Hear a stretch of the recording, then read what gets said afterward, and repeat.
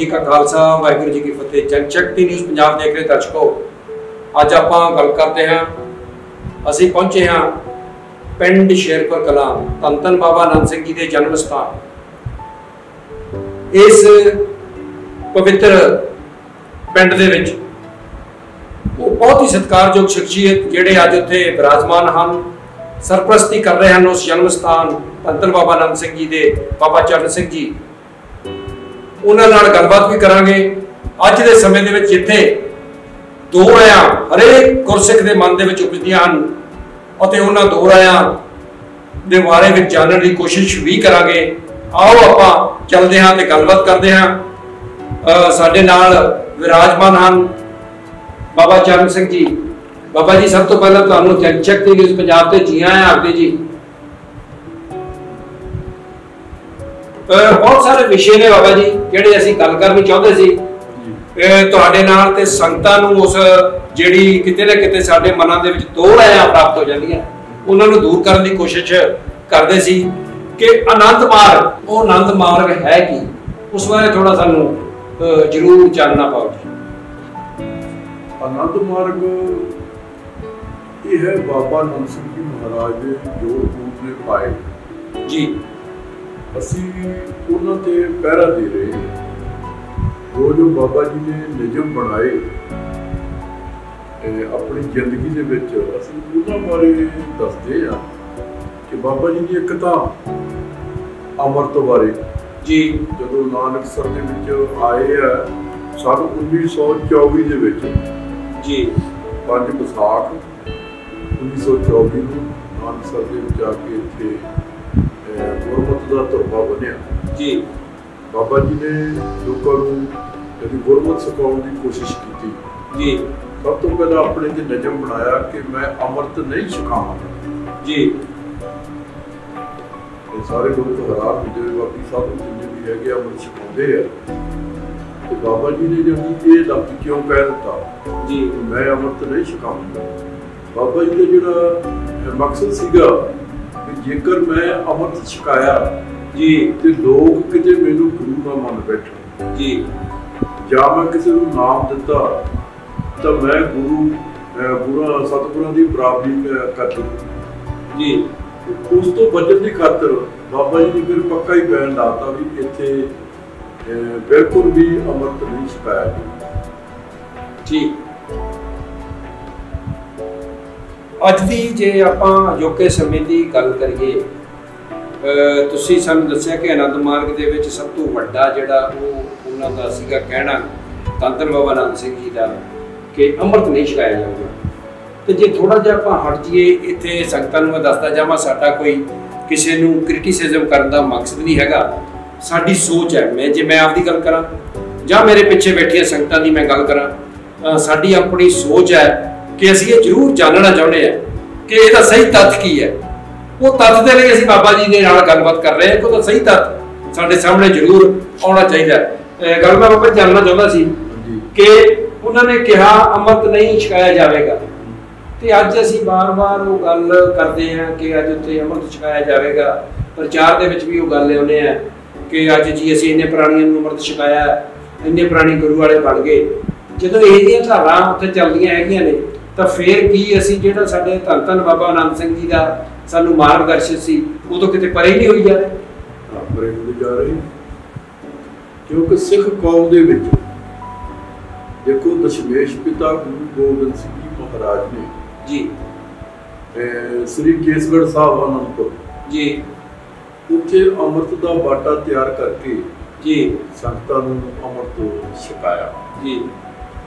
ते जिन्ने भी मैं साधु संतां दा सत्कार करदा जी मैं लफ्ज़ कहना नहीं चाहता पर कह दिना जी भी जिसने भी अमृत छकाया उन्हें संगत नूं आप दे नाल जोड़िया जी। देखो जिहड़े संत सीगे ढड्डरियां वाले इन्हां ने 7 लाख प्राणियां नूं अमृत छकाया जी ते 7 लाख प्राणियां दे गुरु बन के बह गए। ये सारी संगत उन्हां नाल जुड़ गई जी। किसी ने जल्दी मैं तो ये चाहता सीगा भी जिन्ने भी संत जी ये सारे गुरमत के रस्ते आ जान जी ਤੇ ਸ਼੍ਰੋਮਣੀ ਕਮੇਟੀ ਵੀ ਕੁਝ ਆਪਣਾ करे हीला।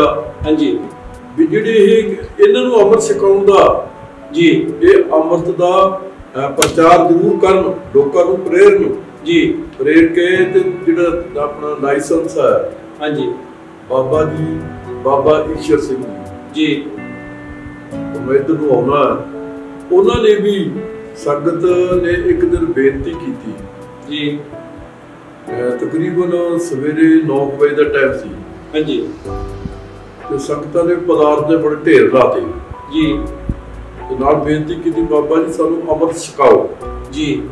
ते बाबा ईश्वर सिंह जी कहण लगे भी मैं गुरुआं दी बराबरी करा, मैं अमृत दी दात देण वाला कौन हूं?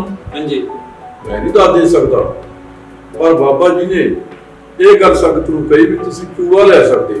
हाँ जी चूड़े का मतलब है तुसीं स्कूल च दाखल हो। हाँ जी नानकसर फाड़ तो शिवदी वाले पासे नूं बाहर हाँ जी उत्थे एक कमरा तैयार करवा के ते उत्थे अमृत दा बाटा जिहड़ा पंज सिंघां नूं हाँ जी उन्होंने फिर हुक्म कीता कि तुसीं बाटा तैयार करो जी। ते सामने दशमेश पिता गुरु गोबिंद सिंह जी महाराज दा आसन डाओ जी। तुहाडे कोले अमृत कित्थों आ गया? हाँ जी अमृत कलगीधर दा जी जी थोड़ी ताड़ना दे विच बोले हाँ जी कहने लगे उत्थे चूड़ा ले लो। हाँ जी अमृत नहीं, अमृत तुसीं उत्थे श्री केसगढ़ साहब तो छको जी। असीं सिख कौम दे विच वड्डियां नहीं पाउणीआं। हाँ जी असीं तां वड्डियां पा के बह गए जी। पहला रियासतां बन गईआं ते फिर इह गाह दी गाउण सिखां दे विच फलाणे संत दे चेले जी, फलाणे संत दे चेले आ, सारे इधरों असीं तुर पे जी। वो चेले ही आपस में लड़ी तुरे जाते हैं। सिख कौम एक तो होई नहीं। हाँ साडा बाबा चंगा बोलदा, साडा बाबा चंगा बोलदा। अज जल्दी ये बहुत बड़ी गिरावट आ चुकी है सिख कौम दे विच, जिहड़े कि असीं सानूं तुरना नहीं सी चाहीदा। दशमेश पिता दा अमृत आ जिहड़ा श्री उत्थे केसगढ़ साहब चूड़ा लै लो, स्कूल च दाखल हो जाओ, ये बाबा जी का वचन सी, बाबा ईश्वर सिंह। ਅੱਜ ਜੇ ਬਾਬਾ ਈਸ਼ਰ ਸਿੰਘ ਜੀ ਨੇ ਸਾਨੂੰ ਇਹ ਕੀਤਾ ਹੈਗਾ, ਦਿੱਤੀ ਦਾਤ ਵੀ ਤੁਸੀਂ ਉੱਥੋਂ ਚੂੜਾ ਲੈ ਲਓ, ਕੀ ਚੂੜਾ ਉੱਥੋਂ ਲੈਣ ਦੇ ਨਾਲ ਅਸੀਂ ਅੰਮ੍ਰਿਤਧਾਰੀ ਹੋ ਜਾਵਾਂਗੇ? ਇਹ ਥੋੜਾ ਜਿਹਾ ਵੀ ਮੇਰਾ ਸ਼ੰਕਾ ਦੂਰ ਕੀਤੀ। ਦੇਖੋ ਚੂੜਾ ਲੈਣਾ ਜਿਹੜਾ ਸਕੂਲ ਦੇ ਵਿੱਚ ਦਾਖਲਾ, ਸਿਰਫ ਦਾਖਲਾ, ਸਿਰਫ ਦਾਖਲਾ, ਇਹ ਦਾਖਲਾ ਅਸੀਂ ਕਲਗੀਧਰ ਦੇ ਸਕੂਲ ਵਿੱਚ ਦਾਖਲਾ ਲੈ ਲਿਆ ਜੀ। ਸਰਟੀਫਿਕੇਟ ਸਾਨੂੰ ਸ੍ਰੀ ਕੇਸਗੜ੍ਹ ਸਾਹਿਬ ਤੋਂ ਮਿਲਣਾ ਉੱਥੋਂ। बेशक लख इतने अमृत छकाई जान, मैनूं पता कि जिन्ने भी मेरा कुछ सुनगे ना साधु मेरे खिलाफ होणगे। बिल्कुल खिलाफ जरूर होणगे। दर्शकों को मैं गल जरूर दोहराउणी चाहुंदा, खिलाफ होना या ना खिलाफ होना उन्हां दी सोच है, उन्होंने आप सोचना कि वो की सोचते हैं इस प्रति। पर जिहड़ी सच्चाई है, सच्चाई ने तां सच्चाई रहना। अज जे असीं गल करदे हां किते ना किते सानूं खड़ना जरूर पवेगा। ਅਸੀਂ ਪੈਸੇ ਦੇ ਲੋਭ ਲਾਲਚ ਦੇ ਵਿੱਚ ਡੁੱਬ ਕੇ ਇਹਨਾਂ ਗੱਲਾਂ ਨੂੰ ਨਹੀਂ ਕਰਦੇ। ਮੈਂ ਇਸ ਗੱਲ ਨੂੰ ਅੱਗੇ ਤੋਰਨੀ ਚਾਹੁੰਦਾ ਸੀ। ਤੁਸੀਂ ਬਾਬਾ ਜੀ ਦਾ ਉਪਦੇਸ਼ ਜੀ ਦੇਖੋ, ਬਾਬਾ ਜੀ ਤਿੰਨ ਤਰ੍ਹਾਂ ਦਾ ਉਪਦੇਸ਼ ਕਰਦੇ ਸੀ ਜੀ ਜੀ। ਵੀ ਜੇਕਰ ਹਿੰਦੂ ਹੈ ਹਾਂਜੀ ਉਹ ਜਨੇਊ ਪਾਉਂਦਾ, ਗੱਲੀ ਬਾਤੀ ਜਨੇਊ ਨਾ ਪਾਵੇ। ਠੀਕ ਜੀ। ਗੁਰੂ ਸਾਹਿਬਾਂ ਨੇ ਉਪਦੇਸ਼ ਦਿੱਤਾ, ਦਇਆ ਕਪਾ ਸੰਤੋਖ ਸੂਤ जत गंडी सत वट जी, ये जनेऊ जी का है तो पाले कल जी। ना एहो टुटा ना मन लगा ना एहो जले न जाए, धन सो मानस नानका जो गल चले पाए। ये जनेऊ जिस दे गल दे विच पाया होऊगा वो ना टुट सकदा जी, ना वो खत्म हो सकदा, कुछ नहीं। फिर बाबा जी उपदेश करदे सी इस्लाम मत दे विच जी।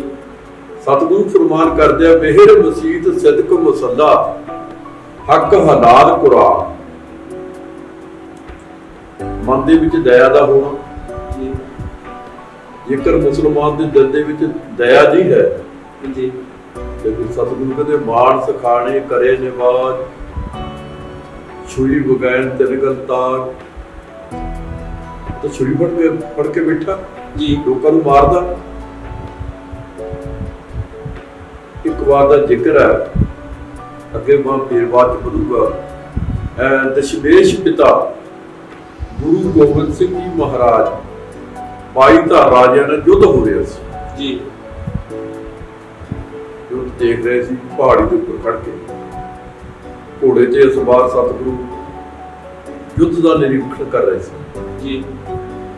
कुछ नौजवान सिंघा ने, निहंग सिंघा ने मन दे विच सोचिया भी आपां थोड़ा जिहा इन्हां दा कंडा जिहा कढ के उस तो बाद दिल्ली नूं लुटांगे जी। इन्नी गल इन्हां ने जद कही ते युद्ध शुरू हो गया जी। दशमेश पिता ने उत्थों अपना घोड़ा वापस श्री आनंदपुर साहब तोड़ दिया ते निहंग सिंघा ने उपर देखिया भी असीं युद्ध करते हैं, युद्ध तां सतगुरां करके करते हैं जी, सतगुरु है नहीं किथे गए जी। एक निहंग सिंह फिर घोड़े ते सवार होकर दो आदम भज्या आके गुरु साहिब ने घोड़े दे मूहरे घोड़ा करता ते उतर के चरण पड़ गए जी। महाराज तुसीं किधर चले, तो अगर असीं युद्ध किवें जितांगे जी, क्यों तुसीं आपदे बल करके तुसीं तां कहंदे असीं इदों बाद लुट के ते फिर आपां दिल्ली नूं लुटांगे। मैं तो सिख लुटेरा नहीं बनाया। गुरु साहब ने झाड़ पाई जी। आखिर कार निहंग सिंह ने अपनी गलती मन के गुरु साहब वापस ले गए, लड़ाई में उससे पहाड़ी के उत्ते फिर जो सतगुरु जाके खड़े जी तो युद्ध फतेह हो गया जी। 22 धार राजे युद्ध हार गए जी। युद्ध हरण तो बाद जिहड़े राजे सीगे उन्हां नूं फड़ के गुरु साहिब ने पेश कीता जी। जदों पेश कीता दशमेश पिता रब सी ना, रब नूं की फर्क पैंदा, वो रब है। रब बारे भी मैं इत्थे जानकारी दे दिंदा तुहानूं, रब क्यों मैं कहना ठीक जी। भाई नंद लाल जी एक दिन सतगुरां नूं बेनती करन लगे कि महाराज मैनूं अपने बारे समझाओ, मैं एक लेखक हाँ, मैं तुहाडे बारे लिखना चाहुंदा कुछ। सतगुरु ने कोई जवाब ना दिता। अफसोस जिस बाग दे विच सतगुरु टहल रहे जी, गुरु साहिबां दा एक बाग सी उत्थे श्री आनंदपुर साहिब, उस बाग दे विच टहलदे सी। सेवादार नूं इशारा कीता नंद लाल नूं बुला, वो भज्या गया। जदों भाई नंद लाल जी नूं कहा भी तैनूं सतगुरां ने याद कीता, कहंदा मैनूं निमाणे नूं याद कीता गुरु साहिब ने। उसे तरह पग लपेटदा हो सिर ते कुंडा जिहा रख के दो भज्या जी, आके सतगुरां दे चरनां ते नमस्कार कीती। सतगुरु टहल रहे सी जी, कहण लगे नंद लाल हर कोई पुछदा मैनूं अपने बारे समझाओ जी। कहणगे नंद लाल सुण ला, हुण लिखदा अपना और कलम तो बाद कढ़ी जो कि उहदे बोझे दे विच पहले सी। सतगुरु कहते हैं तीन रूप है ओहे कै, तीन रूप है नंद लाल, तीन रूप है मोहे कै सुनो नंद चित लाए। नंद लाल अपना ख्याल ना सुन ला। निर्गुण सरगुण गुर शब्द है तो भी समझाए। निर्गुण भी मैं ही हूं, अखा सामने सरगुण भी मैं ही हूं, ते शब्द द्वारा भी सतगुरु गुरु ग्रंथ साहब की बाणी जिहड़ी एक ओंकार तो लेके नानक होसी भी सच तक जी, सतगुरु कहणगे ये भी स्वरूप मेरे जी। वैसे तुहानूं दस्सिया सी इस वजह करके मैं रब कह रहा कलगीधर पातशाह जी। बाबा जी ने फिर जिहड़ा ये उपदेश दिता जी सिखा वास्ते, जिहड़े कि तकरीबन बाबा जी हर पूर्णमासी संगत नूं फिर सुणाउंदे सीगे, प्रचार करते सी। कलगीधर पातशाह ने दिखावे वास्ते ये 5 ककार नहीं बनाए। जी अमला दे ककार पहलो बाबा जी एक कविता के रूप में बोलते जी क्या कहे तेरी सूरत सादी ऐ सुखा सुन क्या कहे तेरी सूरत सादी इस मन तो क्यों बुरे हो वादी जी तो मन दे विच वाडियां दा बुरा सोचदा नाले जी कार आ गई तो वो गड्डी पंचर हो गई जे तेरे मन दे विच भावना जी तू परमेश्वर अगे अरदास कर रहा है परमेश्वर हे गुरु नानक बाबा जी परमेश्वर गुरु नानक नूं कहते सी जी हे गुरु नानक उन्होंने तो बख्शिश की हुई बख्शिश साढ़े ते भी कर इस तरह सिखा अरदास कर तू की कह तेरे सिर दे केस मन विच ठगी साधु बेस दाढ़ी केस रख के तू ठगियां मारदा तेरे शर्म नहीं गुरु के ਜਿਹੜੇ ਆਪਣੇ ਰੋਮ ਦਿੱਤੇ ਆ ਗੁਰੂ ਸਾਹਿਬਾਂ ਨੇ ਉਹਨਾਂ ਰੋਮਾਂ ਦੀ ਤੂੰ ਬੇਅਦਬੀ ਕਰ ਰਿਹਾ ਜੀ ਕਿੱਥੇ ਕੀ ਕਹੇ ਤੇਰੇ ਸਿਰ ਦਾ ਕੰਘਾ ਕਿਉਂ ਕੰਜਰਾ ਘਰ ਚੱਲਿਆ ਨੰਗਾ ਫਿਰ ਬਾਬਾ ਜੀ ਕੰਘੇ ਦੀ ਉਦਾਹਰਨ ਦਿੰਦੇ ਜੀ ਤੇ ਸਿਰ ਦੇ ਵਿੱਚ ਕੰਘਾ ਰੱਖ ਕੇ ਆਪ ਤੋਂ ਵੱਡੇ ਦੀ ਸ਼ਰਮ ਹਜਾ ਹੈ ਆਪਣੇ ਆਪ ਤੋਂ ਵੱਡੇ ਦੀ ਸ਼ਰਮ ਹਜਾ ਮੰਨ ਵੱਡੀ ਜਿਹੜੀ ਆ ਉਹ ਮਾਵਾ ਸਮਾਨ ਬਰਾਬਰ ਦੀ ਭੈਣਾ ਸਮਾਨ ਜਿਹੜੀ ਛੋਟੀ ਹੁੰਦੀ ਆ ਜੀ ਇਦਾਂ ਦੀ ਗਲਤੀ ਤੇਰੀ ਹੈਗੀ ਫਿਰ ਤਾਂ ਤੂੰ ਕੰਘਾ ਰੱਖਣ ਦੇ ਯੋਗ ਹੈਗਾ ਫਿਰ ਬਾਬਾ ਜੀ ਨੇ ਪੜਾਇਆ ਕਿੱਥੇ ਕੜਾ ਹੱਥ ਵਿੱਚ ਪਾਉਣਾ ਕਿੱਥੇ ਫਰਦਰ ਪੈ ਹੱਥ ਲਾਉਣਾ ਪਰਾਏ ਧਨ ਦੀ ਪਰਾਈ ਇਸਤਰੀ ਦੀ ਮਨ ਦੇ ਵਿੱਚ ਝਾਕ ਰੱਖਣੀ ਕੜਾ ਤੈਨੂੰ ਸਿਖਾਉਂਦਾ ਸਿੱਖ ਲੈ ਚੋਰੀ ਨਹੀਂ ਕਰਨੀ ਗੁਰੂ ਦਾ ਸਿੱਖ ਹੋ ਕੇ ਜੇ ਚੋਰੀ ਕਰੇ ਫਿਰ ਗੁਰੂ ਦਾ ਸਿੱਖ ਨਹੀਂ ਵੀ ਗੁਰੂ ਤੇਰੀ ਬੈਠਾ ਹੈ ਉਹ ਖੜੀ ਹੈ ਫਿਰ ਬਾਬਾ ਜੀ ਕਹਿੰਦੇ ਕੱਚ ਲੱਗਦੀ ਮਾਰੇ ਤਾਂ ਨਹੀਂ ਪਰ ਦਰਿਆ ਦੇ ਬੁਰੇ ਜਰਨ ਜੇ ਕਸ਼ਹਿਰਾ ਪਾ ਕੇ ਜਦ ਧਾਰਨ ਨਹੀਂ ਕੀਤਾ ਫਿਰ ਵੀ ਤੇਰਾ ਕਸ਼ਹਿਰਾ ਤੇ ਉਤਾਰ ਨਹੀਂ ਤੇ 2.5 ਗਜ ਦਾ ਕੱਪੜਾ ਤੇ ਉਤਾਰਨ ਵਾਸਤੇ ਨਹੀਂ ਹੈ ਜੀ ਇਹ ਤੈਨੂੰ ਸਮਝਾਉਣ ਵਾਸਤੇ ਆ ਕਲਗੀਧਰ ਨੇ ਜਿਹੜੇ ਇਹ ਕਕਾਰ ਬਣਾਏ ਆ ਉਹਨਾਂ ਦਾ ਮਤਲਬ ਇਹ ਆ ਕਿਆ ਕਹੇ ਤੇਰੀ ਕਿਰਪਾ ਸਾਥ ਜਾਏਗਾ ਧਰਮ ਹੀ ਮਾਂ ਸਤਿਗੁਰੂ ਕਹਿਣ ਲੱਗੇ ਵੀ ਇਹ ਜਿਹੜੀ ਕਿਰਪਾਨ ਹੈ ਤੈਨੂੰ ਦਿੱਤੀ ਹੈ ਜੁਰਮ ਨੂੰ ਰੋਕਣ ਵਾਸਤੇ ਜੁਰਮ ਕਰਨ ਵਾਸਤੇ ਤੇ ਸਿੱਖਾ ਇਹ ਆਪਣੇ 5 ਕਕਾਰ ਪੱਕੇ ਕਰ ਜਦ ਤੇਰੇ ਪੱਕੇ ਹੋ ਜਾਣਗੇ ਬਾਬਾ ਜੀ ਕਹਿੰਦੇ ਫਿਰ ਤੁਸੀਂ ਅੰਮ੍ਰਿਤ ਛਕਣ ਦੇ ਲਾਇਕ ਹੈ ਫਿਰ ਅੰਮ੍ਰਿਤ ਛਕੋ ਸ੍ਰੀ ਕੇਸਗੜ੍ਹ ਸਾਹਿਬ ਜਾ ਜੀ ਉੱਥੋਂ ਤੁਹਾਡਾ ਪੱਕਾ ਸਰਟੀਫਿਕੇਟ ਤੋਂ ਪੱਕਾ ਹੋਊਗਾ ਪਹਿਲਾਂ ਇਹ ਸਾਰੀਆਂ 5 ਰਹਿਤਾ ਤੁਸੀਂ ਕਰਦੇ ਪੂਰੀਆਂ ਜੀ ਪਰ ਨਾਰੀ ਜੂਆ ਅਸਤ ਚੋਰੀ ਮਦਰਾਜਾਂ 5 ਚੈਰ ਨੂੰ ਜਗਤ ਕੇ ਤਜਸੋ ਸਿੰਘ ਸੁਝਾ ਹਾਂਜੀ ਉਸ ਤੋਂ ਬਾਅਦ ਆਪਾਂ ਗੱਲ ਕਰਦੇ ਸੀ ਕਿ ਵਿਹੰਗਮ ਹੋਣਾ ਚਾਹੀਦਾ ਬੰਦੇ ਨੂੰ ਮਤਲਬ ਉਹ ਕਿਸ ਤਰ੍ਹਾਂ ਦੀ ਜਿਹੜੀ ਵਿਹੰਗਮ ਦੀ ਹੈਗੀ ਆ ਪਰਿਭਾਸ਼ਾ ਜਾਂ ਆਪਾਂ ਗੱਲ ਕਰੀਏ ਕਿ ਕਿਸ ਤਰ੍ਹਾਂ ਦਾ ਹੋਣਾ ਚਾਹੀਦਾ ਉਹਦੇ ਬਾਰੇ ਵੀ ਥੋੜਾ ਸਾਨੂੰ ਜਾਣਨਾ ਪਾਓ ਜਿਹੜੀ ਧੰਨ ਬਾਬਾ ਨੰਦ ਸਿੰਘ ਜੀ ਮਹਾਰਾਜ ਵੱਲੋਂ ਇਹ ਆਨੰਦ ਮਾਰਗ ਦੇ ਵਿੱਚ ਦੱਸਿਆ ਗਿਆ ਸੀ ਦੇਖੋ ਜਿਹੜੀ ਵਿਹੰਗਮ ਦੀ ਭਾਸ਼ਾ ਜੀ ਵਿਹੰਗਮ ਦੀ ਭਾਸ਼ਾ ਹੈਗੀ ਨਰਦੇਵ ਜੀ ਨਰਦੇਵ ਦਾ ਮਤਲਬ ਹੁੰਦਾ ਵੀ ਲਾਲ ਜੀ ਰੱਬ ਦੀ ਰਜ਼ਾ ਦੇ ਵਿੱਚ ਰਹਿਣਾ ਰੱਬ ਦੇ ਹੁਕਮ ਵਿੱਚ ਰਹਿਣਾ ਜੇ ਸੁਖ ਦੇ ਤਾਂ ਤੁਝੇ ਆਰਾਧੀ ਜੀ ਦੁੱਖ ਵੀ ਤੁਝੇ ਤੇ ਹੈ ਜੀ ਜੇ ਭੁੱਖ ਦੇ ਤਾਂ ਇੱਥੇ ਹੀ ਰਜਾ ਦੁੱਖ ਵਿੱਚ ਸੁਖ ਮਨਾਏ ਤਨ ਮਨ ਕਾਟ ਕਾਟ ਸਭ ਅਰਪੀ ਵਿੱਚ ਅਗਨੀ ਆਪ ਜਲਾਈ ਪੱਖਾ ਫੇਰੀ ਪਾਣੀ ਢੋਣਾ ਜੋ ਦੇਵੇ ਸੁਖਾਈ ਨਾਨਕ ਗਰੀਬ ਟੈ ਪਿਆ ਦੁਆਰੇ ਹਰ ਮੇਰ ਦੇ ਵਿਹੰਗਮ ਦੀ ਭਾਸ਼ਾ ਵਿਹੰਗਮ ਕਹਿਣਾ ਬਹੁਤ ਸੌਖਾ ਹੈ ਪਰੰਤੂ ਇਹਦੀ ਭਾਸ਼ਾ ਪਹਿਲੀ ਗੱਲ ਤਾਂ ਜਿਹੜੇ ਹੋਣ ਵਾਲੇ ਆ ਇਹ ਮੁੰਡੇ ਇਹਨਾਂ ਨੂੰ ਤਾਂ ਪਤਾ ਹੀ ਨਹੀਂ ਹੈ ਜੀ ਵਿਹੰਗਮ ਦਾ ਇਹ ਵਿਹੰਗਮ ਦਾ ਹੀ ਮੈਂ ਤਾਂ ਪਹਿਲਾਂ ਵੀ ਇੱਕ ਵਾਰ ਜ਼ਿਕਰ ਕੀਤਾ ਸੀ ਵਿਹੰਗਮ ਤਾਂ ਸਿਰਫ ਬਾਬਾ ਨਾਨਕ ਸਿੰਘ ਤੇ ਬਾਬਾ ਈਸ਼ਰ ਸਿੰਘ ਜੀ, ਜਿਨ੍ਹਾਂ ਨੂੰ ਕੋਈ ਲਾਲਚ ਨਹੀਂ ਸੀ, ਕੋਈ ਚੀਜ਼ ਨਹੀਂ ਸੀ ਜੀ।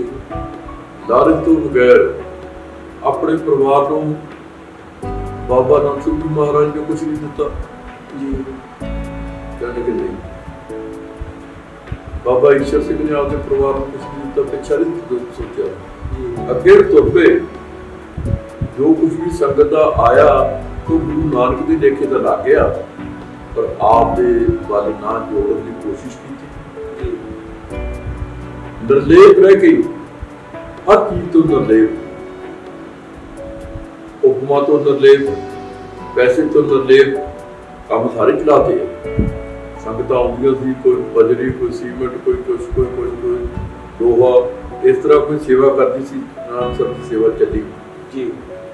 नानक सर भी जोड़ा है कच्चे पक्का किया, एडा ही नानक सर पहले कच्चा होता जी बाबा जी के टाइम, फिर जो बाबा जी ने हुक्म किया कि पक्का कर जी, उन्होंने हुक्म मुताबिक पक्का बिल्कुल पक्का तो होया, पर उस दे विच कुछ ना कुछ जिवें अज साडी सोच हैगी आ, उस सोच दे मुतलक उत्थे कुछ गल्लां इस तरह दीयां आ गईयां कि जे अज असीं जाइए नानकसर ते उत्थों बहिंदम लभण की कोशिश करिए तो सानू कोई ये भी इशारा करो कि असीं कित्थों लभ सकांगे। ये तो जिहड़ियां गल्लां ना मन जीता जग जीता जी।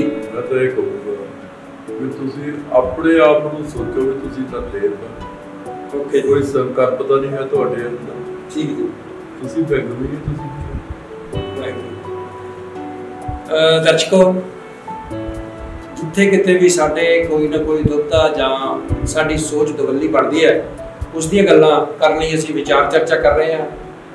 बाबा चरण सिंह जी जिहड़े कि सरप्रस्त धन धन बाबा नानक सिंह जी के जन्म स्थान गुरुद्वारा साहब शेरपुर पिंड शेरपुर कलां विखे, ते उस तो बाद मैं ये गल करनी चाहांगा कि किते ना किते जिहड़ा ये आनंद मार्ग है उहदे विच जे आपां इस गल नूं अगे तोरीए तां कर्म जोगी दा भी बाबा जी ने कुछ ना कुछ उस बारे सानूं दस्सिया, सिखां नूं जानकारी कुछ ना कुछ दित्ती कि कर्म जोगी की है, उस बारे भी सानूं कुछ विस्तार नाल तुसीं जानना पाओ।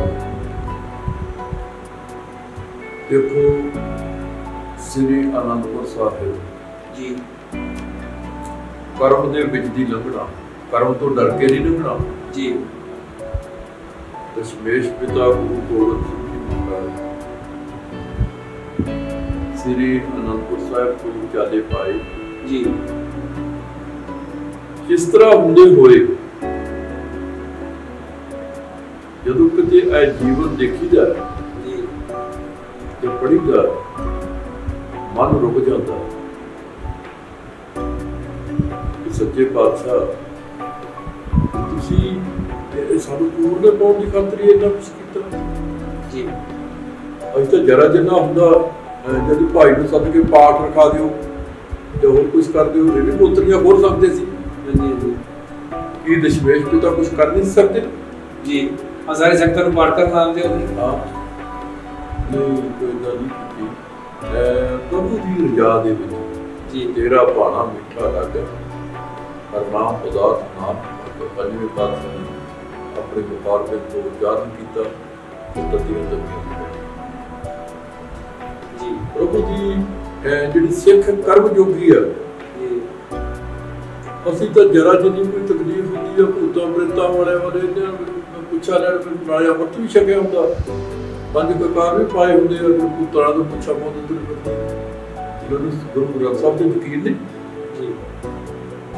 सिख दा यकीन होना चाहिए गुरु ग्रंथ साहिब ते कि मैं बेनती करा तो मेरी सतगुरु सुन लैणगे, ये भाई नूं लिआउणगे पढ़ के, मैनूं पता भी हुण भाई मेरे खिलाफ हो जाणगे, तो भाई नूं लिआउणगे भी साडी अरदास करी, तेरी अरदास नूं की होया?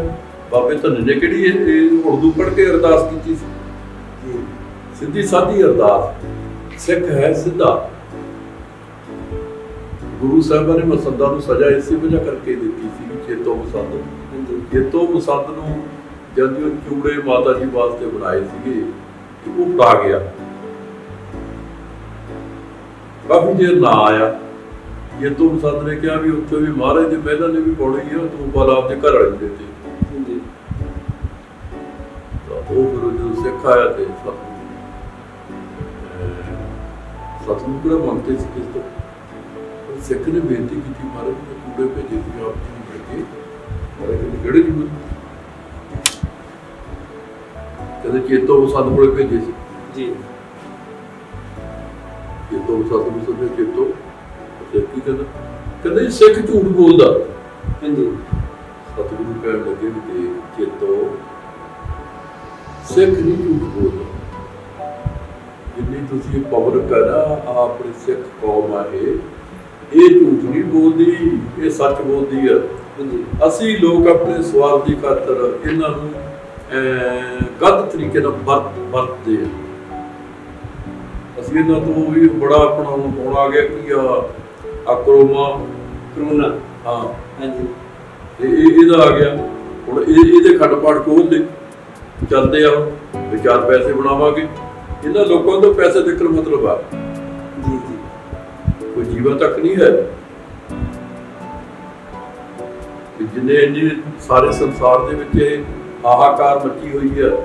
असी परमेश्वर दे अगे बेनती करिए बाबा जी ने ਜਿਹੜਾ ਨਾ मैं इत्थे दस भी देवां ਜਿਹੜੇ एक खंड पाठ है ना एक तो उहदे स्वार्थ की खातर जी अकबर बादशाह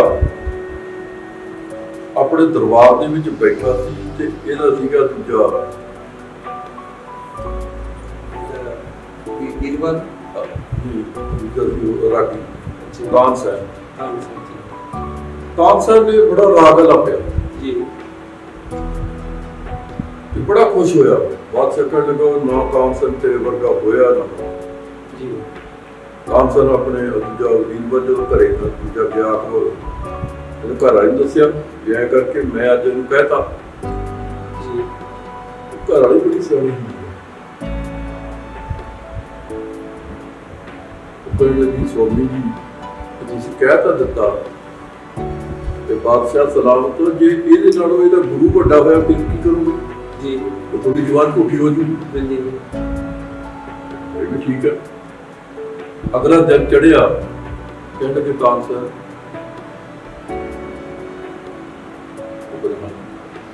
तेरा गुरु कौन जी कहने लगे जी मेरा गुरु है फकीर रहता कितने कहता नदी किनारे पौधा कदों कहते जी अमृत वेले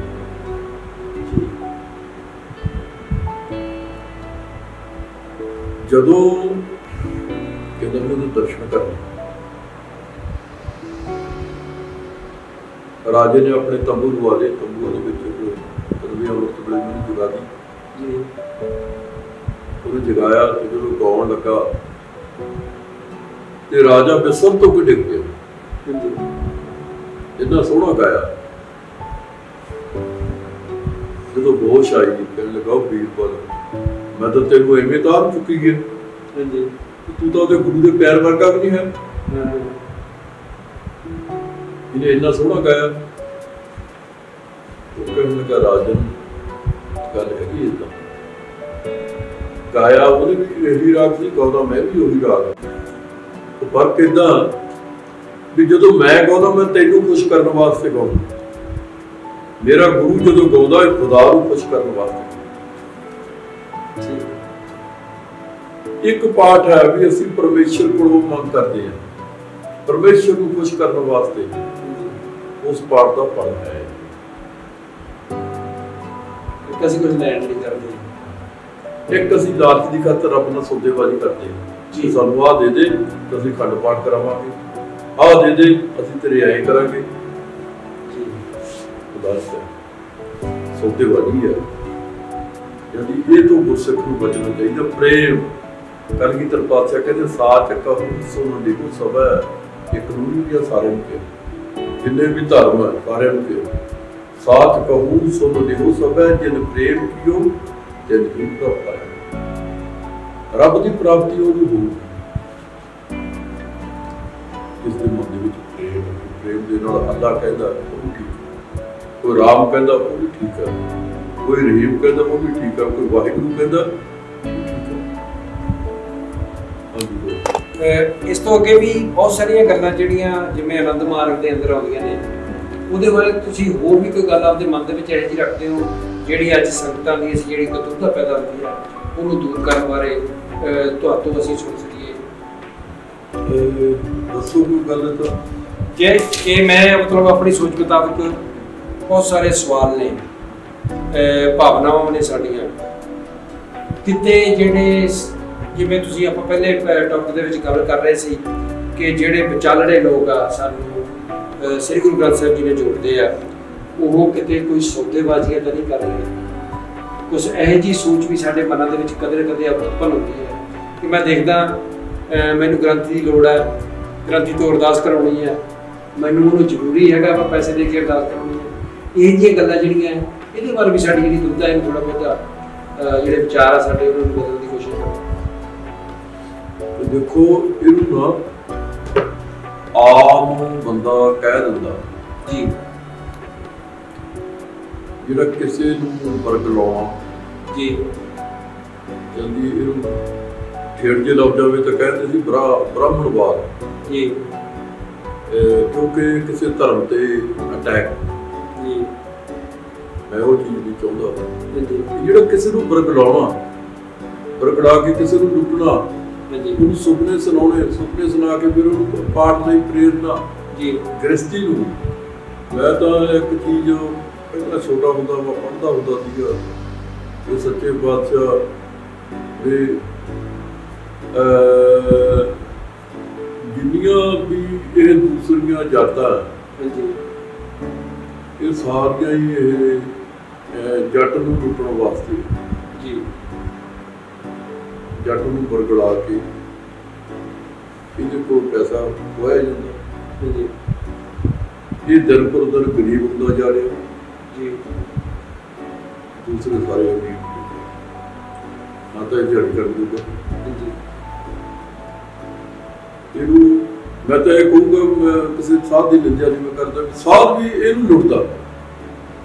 ਠੀਕ, ਸਾਧ ਦੀ ਸੋਚ ਵੀ ਇਹ ਆ ਵੀ ਇਹਦੇ ਕੋਲੋਂ ਮੈਂ ਇੱਕ ਸਾਧੂ ਦੇ ਦਰਸ਼ਨ ਕਰਨ ਵਾਸਤੇ ਗਿਆ ਜੀ, ਮੈਂ ਨਾਮ ਨਹੀਂ ਦਿੰਦਾ ਉਹਦਾ, ਉਹ ਹੈ ਵੀ ਹੈ ਨਹੀਂ ਗਿਆ ਤਾਂ ਚੜਾਈ ਕਰਕੇ।